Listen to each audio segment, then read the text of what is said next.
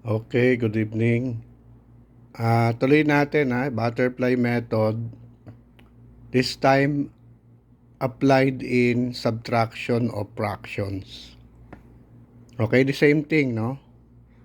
Bakit siya butterfly? Kasi nga what we do is we do cross multiplication. Like this one, no?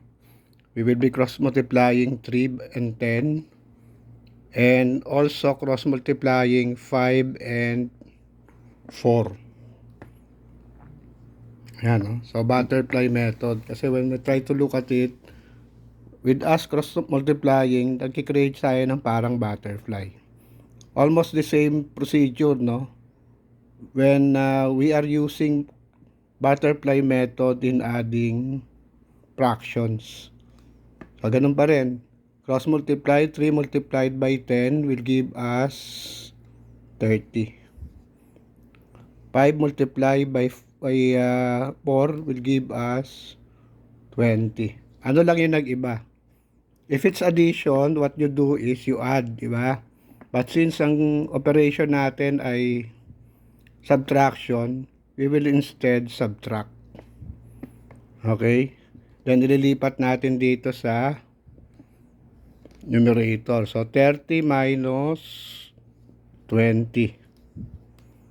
Ito naman, what we will do with this, denominators 5 and 10, we will multiply. 5 times 10 will give us 50.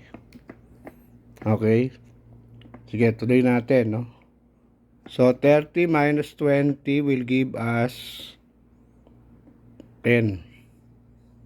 Okay, 10 over 50. Okay? So, ano yung common factor between 10 and 50? Both are divisible by 10. No? So, what we will do is we will divide both by 10. Ano ang simplified answer natin? It will be 10 divided by 10 will give us 1. 50 divided by 10 will give us 5. So, what is our final answer? Butterfly method in subtracting fractions, it will be 1 over 5. Okay?